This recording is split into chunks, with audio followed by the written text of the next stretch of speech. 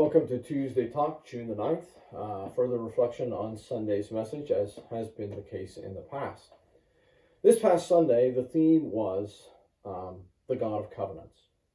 And, God's many, many covenants are each and every one a standing testimony to his deep and to his enduring interest in the well-being of his human creatures.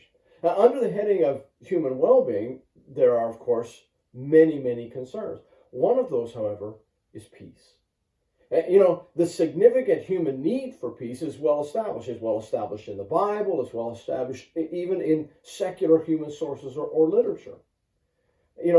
God, as it turns out, formalized this wonderful series of covenants, this wonderful series of solemn, sacred relationships, among other things, to secure for us peace. This is especially the case in the context of the new covenant, which was the ultimate focus of the message on Sunday.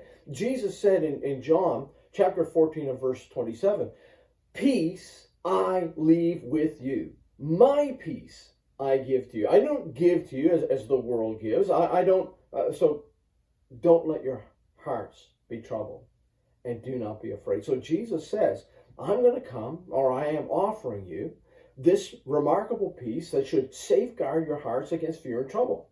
How great, really, would it be to be able to give peace to any troubled person that you meet?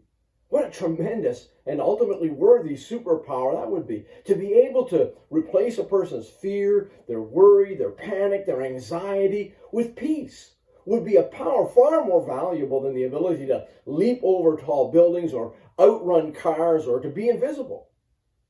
Alas, despite the fact that we could so often use such a power, we don't have that ability. Jesus, however, does. In the upper room, on the night that he was betrayed, Jesus promised his friends a peace that the world could neither give nor take away. Once we have entered into the new covenant, the person, the promise, and the presence of Jesus enables us to live in peace.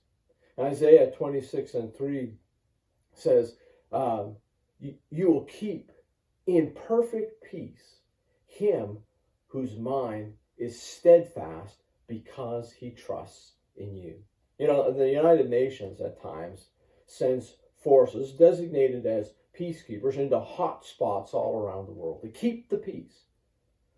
But we all know, if you've watched the news over the last decade or more, that's often something that happens with very limited success. Well, the Lord's a peacekeeper too.